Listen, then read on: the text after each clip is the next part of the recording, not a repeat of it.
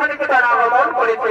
আর এই তখন এই সম্প্রদায়ের ভূমিকা নৃত্য পরিবেশন করে দেখাবেন ইনি হল সমাজে পাথর বাজারপতি মহিলা চল সমিতির অনুষ্ঠানে শ্রীকৃষ্ণ সহিতের ছোট ভাবি শ্রীমতী রীনা গোহিল।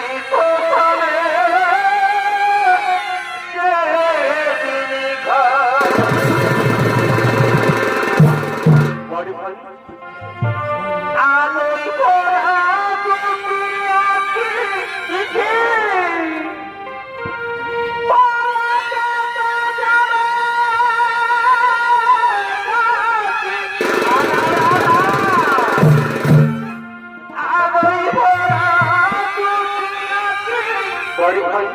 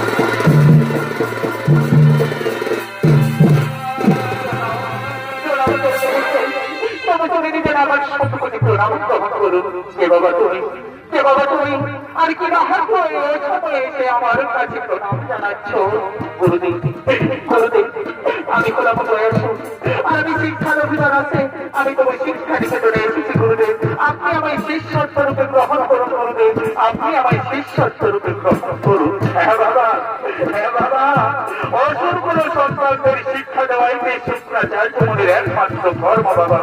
একটু আমার যে একটা শর্ত রয়েছে আমি কারো বংশ পরিচয় না জেনে শিক্ষা প্রদান করি না বাবা। আচ্ছা বাবা বলো তো তোমার পিতা মাতার নাম কি আর তোমার কোন বংশে হয়েছে জন্ম? গুরুদেব গুরুদেব আমি তো আমার পিতার নাম জানি না গুরুদেব, আমি তো আমার বংশ পরিচয় জানি না।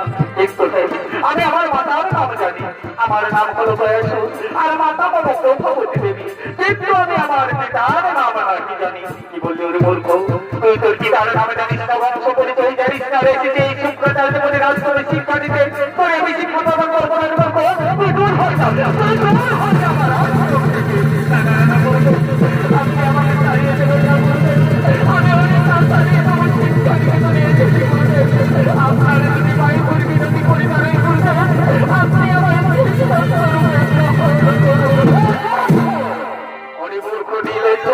তুই তোর কেটার নাম জানিস না, বংশ পরিচয় জানিস না, তার মানে তো তোর কোনো জন্মেরই ঠিক নেই। তোর মা হয়তো ৫-৭ রাতে গল্পে তোকে ভূমিষ্ঠ করেছে, তোর মা হলো একজনকে ভিড় চালিয়ে করো পরিশরীরী ব্যবসা নারী, আর সেই ব্যবসা নিয়ে তুই জানিস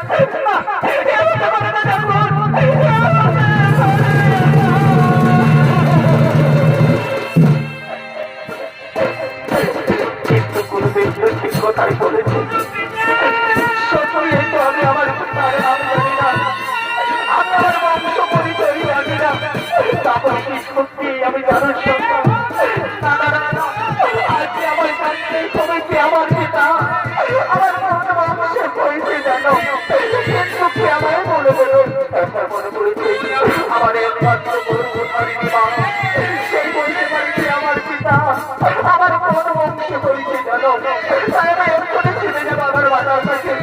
কোথায় মা জননী, তুমি একটিবার আমায় দেখা দাও না, তুমি একটিবার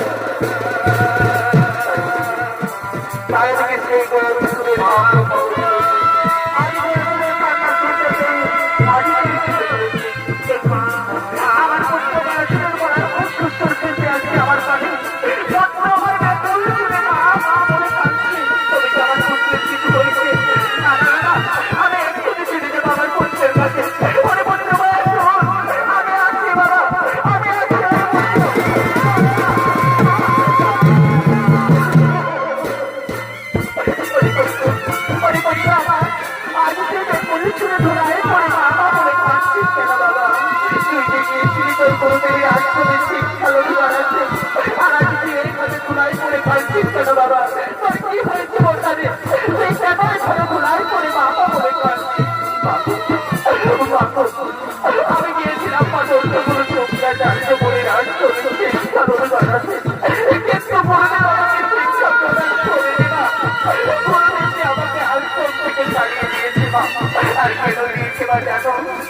আমি নাকি একজন বড় পুরুষ আমি নাকি একজন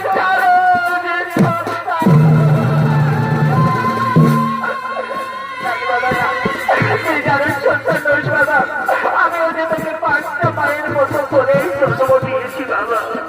তাহলে বলো মা, তাহলে বলো মা, কি আমার পিতা আমার কোন বংশে পড়েছে জানো, আর কেন তুমি আমার দৃষ্টি পরিচয় গোপনে রেখেছো মা? তুমি আমায় করে বলো মাতা, কি আমার পিতা আর আমার কোন বংশে পড়েছে জানো? পরিপূর্ণ আমার তুই শুনবি বাবা তোর জন্মের কাহিনী, তুমি শোন বাবা, তুমি যে একদিন সুপুরুষ পিতা ছিল বাবা, তোর পিতার নাম হল ত্রিপুরাসু, আর তোর জন্ম বংশে পড়েছে জানো। একদিন তোর পিতা দেবতাদের সাথে যুদ্ধ করতে গিয়ে দেবাদিদের খোলা মহিষের ছল করে তোর পিতাকে হত্যা করেছে বাবা। সেদিন থেকে আমি আমার হাতের শাখাকে দাঁড়িয়ে উঠে এই সাদা স্নান করেছি। পরিবর্ত করেছি তুই কি বাকি বাবা তোর পিতৃ হত্যার প্রতিশোধ দিতে আমি পারবো মা, আমি আমার পিতৃ হত্যার প্রতিশোধ নেবো মা। রাস্তায় যাবে না তোর গুরুদেবের আশ্রমে তুই পিতৃ পরিচয় দিয়ে উপযুক্ত শিক্ষায় শিক্ষিত হয়ে তুই তোর পিতৃ হত্যার প্রতিশোধ নিস বাবা।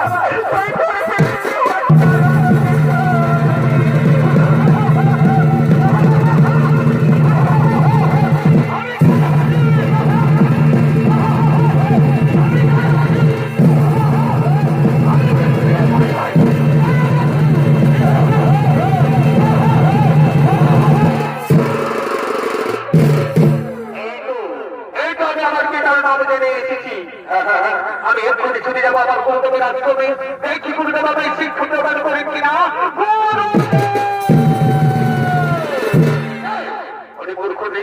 আমার এসেছি, আমি তো তোকে আগেও বলেছি আমি যদি শিক্ষা প্রদান করবো না। আমি আমার পিতার নাম জেনে এসেছি গুরুদেব, আমি আমার বংশ পরিচয় জেনে এসেছি।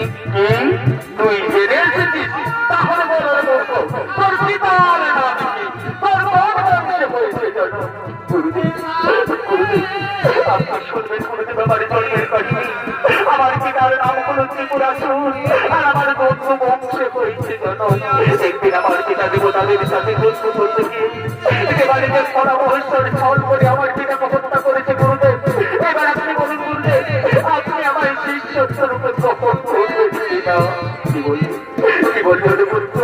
তোর কি কারণ আমি ত্রিপুরা সুর, তোর বন্ধু বংশে হয়েছে জনম। ওদের পুত্র হয়ে আসতো, তাহলে তুই উচ্চ বলেই জন্মগ্রহণ করেছিস বাবা, তাহলে তুই উচ্চ বংশেই জন্মগ্রহণ করেছিস। এসো পুত্র, আজ থেকে আমি তোমাকে শিষ্যত্বের উপর গ্রহণ করে নিলাম। আজ থেকে তুমি করে আমার শিষ্য আর আমি হলাম তোমার গুরু। কিন্তু ওর পুত্র বয়সু, তুমি এইখানে এসে বসো, তুমি এইখানে এসে বসো। আজ আমি তোমাকে সমস্ত রকম অস্ত্র শিক্ষা বিদ্যা শিক্ষায় পারদর্শী করবো, তারপরে তুই তোর পিতৃ হত্যার করতে শোধ নে।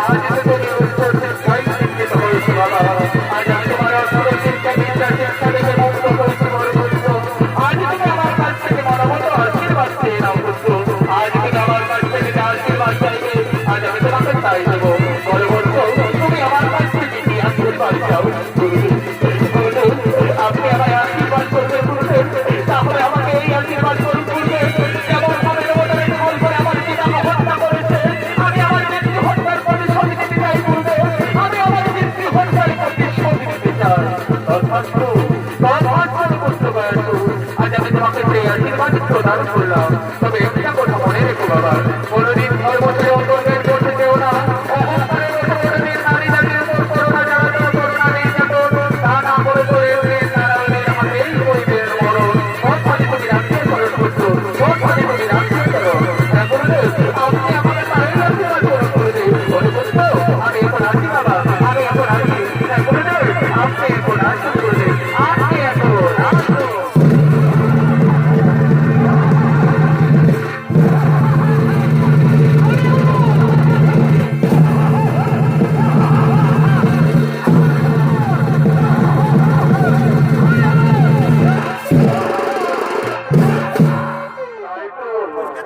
গুরুদেব তো আমায় আশীর্বাদ করে গেল, আমি নাকি ধর্মের পথে গেলেন।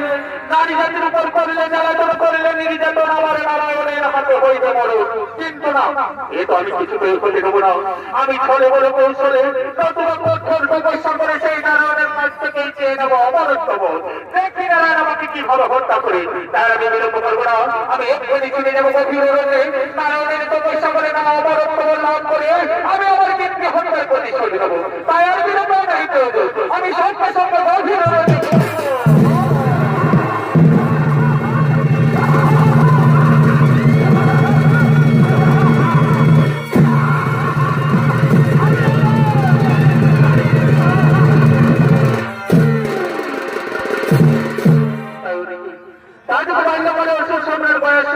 শুক্রাচার্য মনে রাজগণ উপযুক্ত শিক্ষায় শিক্ষিত হয়ে দেখতে দেখতে অনেক বড় হয়ে গেল। এমন বড় হয়ে নারায়ণের তপস্যা করে অমরত্ব লাভ করে আজ পিতৃ হত্যার প্রতিশোধ নেওয়ার জন্য বীর গর্ব করিতেছে।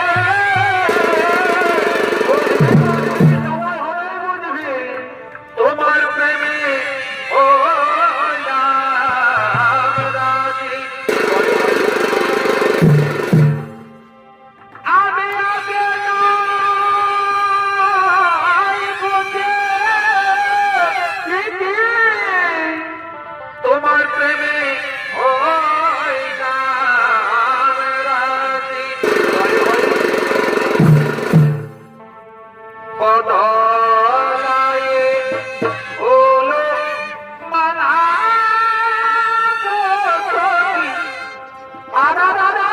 বদলায়ে হলো মানা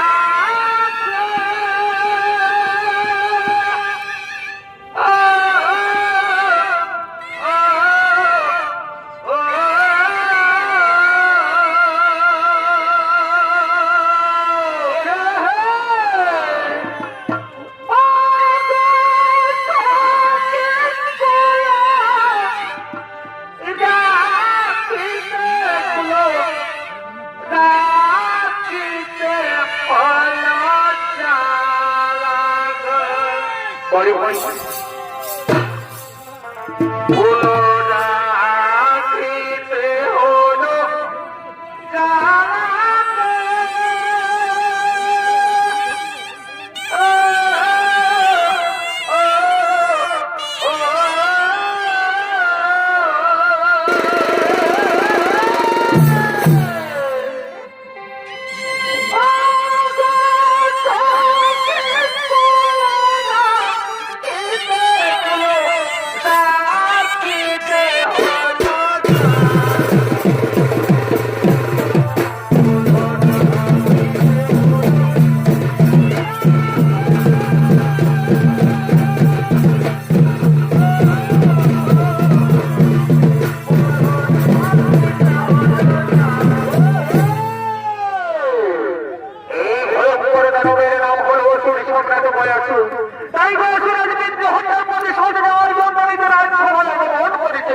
আরে তোমার কয়েকদিনের পরিচয় দেখাবে ইনি হলেন বাড়িমা ধর্মা পার্বতী মহিলা সমিতির নৃত্য পরিচালক নৃত্যশিল্পী পুতুল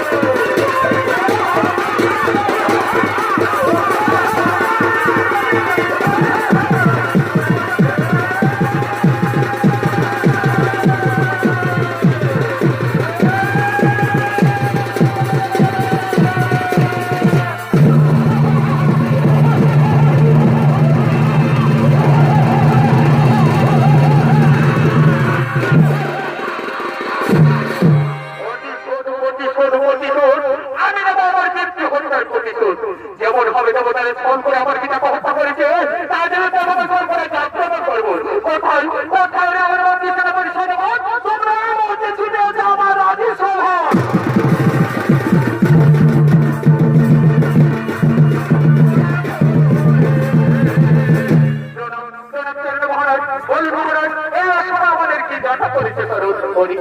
আমার মন্ত্রী সেনাপতি সৈন্যগণ ব্যবহারে ফল করে আমার পিতাকে হত্যা করেছে, তাদের আমার মৃত্যু হত্যার প্রতিশোধ নেব।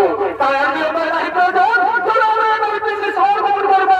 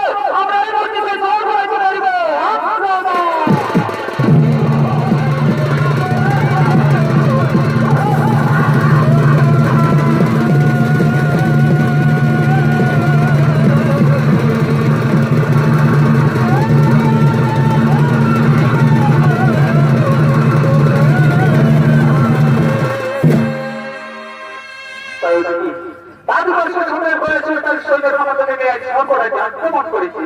আর ওদিকে স্বর্গের সমস্ত দেবতাগণ ইন্দ্রচন্দ্র বরুণের কাছ থেকে আজ তারা ধীরে ধীরে ইন্দ্রালয়ের দিকে করিতেছে।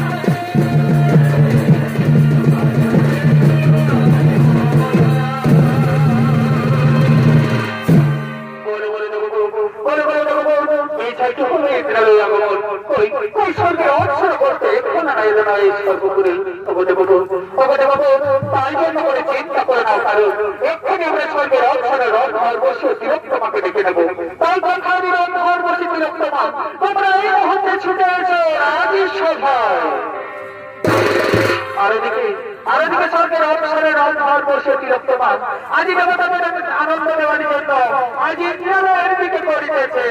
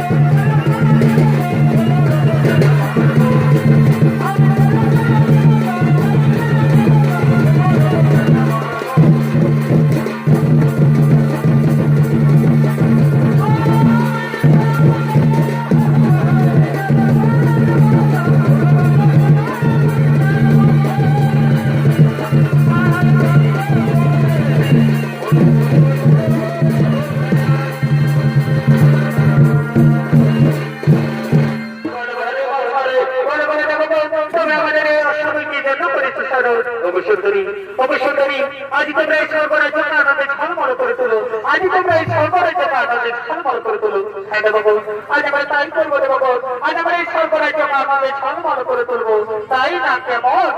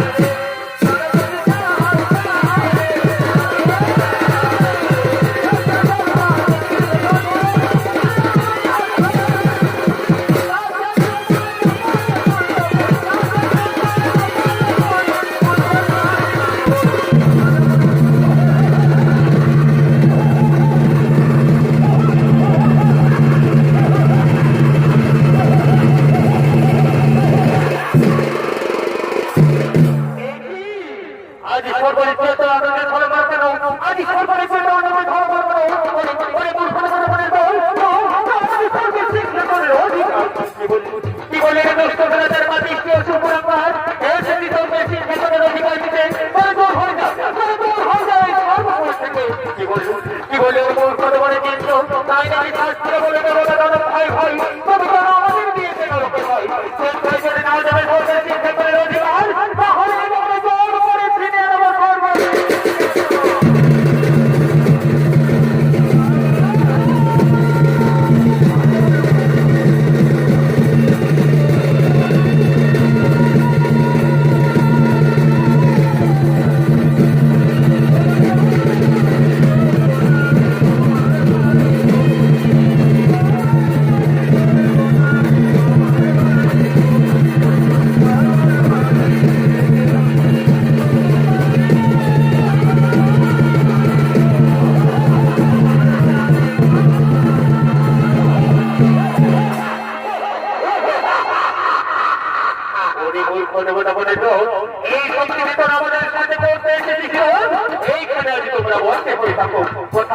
তাহলে এভাবে জোর করে ছিনিয়ে নেব করবো আমার নামে নারায়ণের হাতে হইবে বলে তাই কোথায় লুকিয়ে রয়েছে সেই গল্পের করে বলবে দাঁড়াও যাও আর চলো আমরা এই মুহূর্তে বই পরীক্ষা করে করিব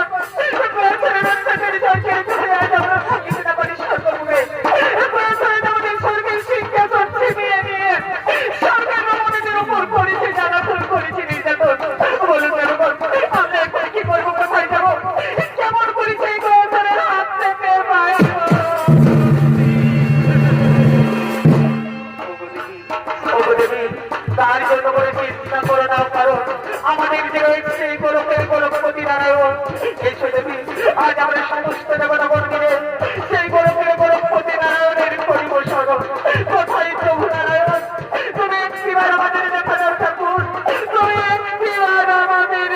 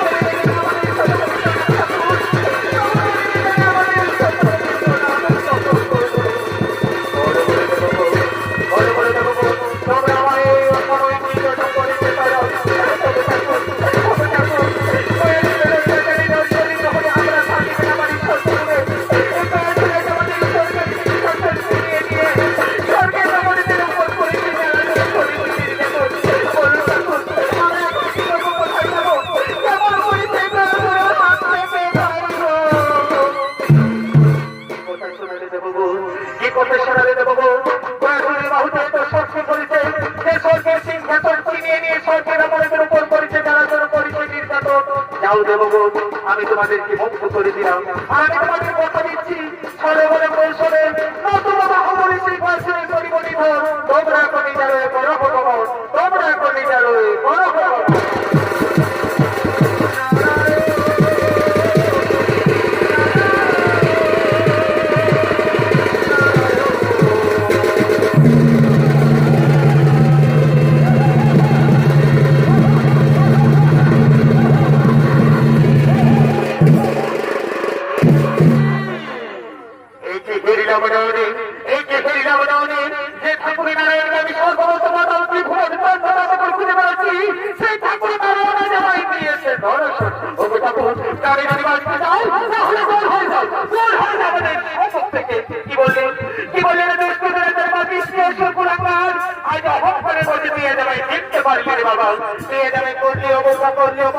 তবে দেখি তোর বাহুত কত শক্তি ধরেছে ভারত পরিবার